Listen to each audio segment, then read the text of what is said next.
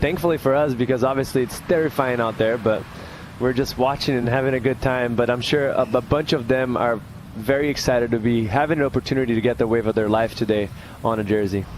He's kind of survival mode. Like, you have to position yourself and to get these ones and dodge the big ones. Connor going deep on this one. That is not a mid-sized wave, but on a day like today, well, it could be. That one swallows him up. And the sketchy thing, when that happened, that means there's air underneath, so it just disappears under you and you go straight to the bottom, sometimes going straight flat into the reef. Let's see Filipe up. Filipe Toledo grabbing the rail. He's got a good line. A big chandelier just shoves him down and just clamped on him. His line was strong and true, but that end section will make that incomplete. The feeling you'll get paddling into even just a touch smaller and cleaner conditions will just be a dream come true. Connor O'Leary lunging into a small, tight section, trying to force a completion. And he'll go straight down. He's able to control it better than other people, and he's not the only one. There's a few guys that obviously do that very well. Looks like Connor locking in here, third wave, and this one is just an up and out. So nothing to pull into from where Connor took off. Samuel Smith, our water cameraman, is doing a good job putting himself right in the zone for this paddle. And Filipe Toledo has a lot of white water on the face, so just a really short ride there. Sometimes 90 seconds at the fastest speed to whip these guys back into position. Meanwhile, it will be Filipe Toledo, a two-time world champ, just up and out on his third wave rated in this matchup. Oh, there you go. He might do something here. Connor O'Leary knifes that one well. A hollow cave that he's out in front of, but survives a very critical takeoff. But this might be smart for Connor, trying to sneak something in. They're sitting a little bit wide, as we saw it on that last wave, so reposition yourself, maybe. There you go. He's looking at a wave right now.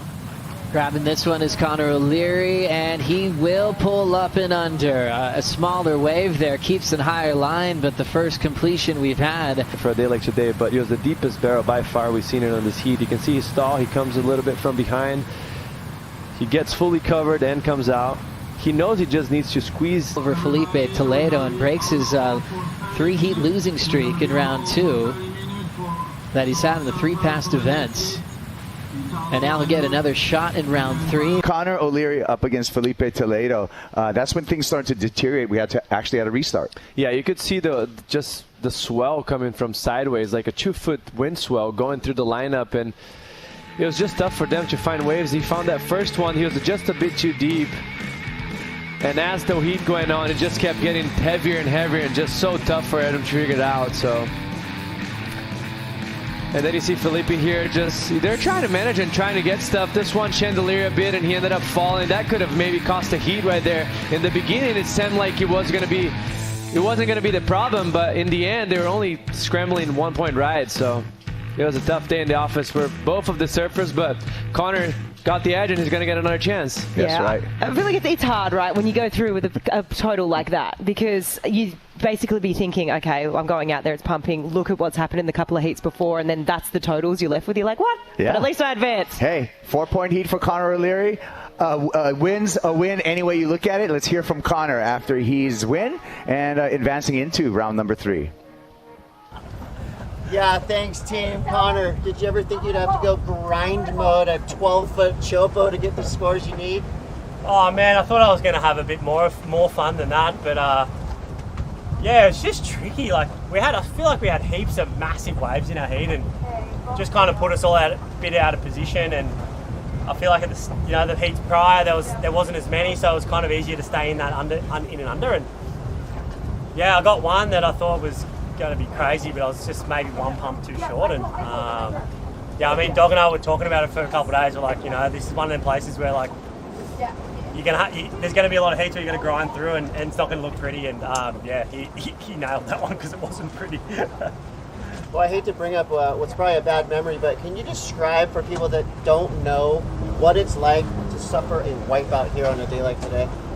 Yeah, it's pretty aggressive. Just a lot of water, and that one, the one that I didn't make was really funny. I felt like I just got it's just turmoil, turbulence, and just like but kind of like short, which I guess is a positive.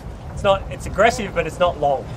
Well, that one wasn't anyway. So I didn't hit the bottom, which is great. So yeah, it's aggressive, it's terrifying, and I guess for me, like, I mean, I was scared out there, but you kind of just got to just accept that that's all right, and just find a way. And found a way, which is good. Well, it's a wild way to win, probably not the way you want to do it, but a win is a win. What do you take away from that heat, and what do you do moving forward? Yeah, win's a win. It's been a couple of events since I've won a heat, so to get through those tough heats, to have another wave is a positive for me. And as a goofy footer, I just want to get as tubed as I can and showcase my frontside barrel riding and take advantage of being a goofy footer at a tubing left. So the more chances I get, better for me, and hopefully we can do a little better than the next one. Imagine what's next. Congratulations, Connor. Moving through. Thanks, Chris.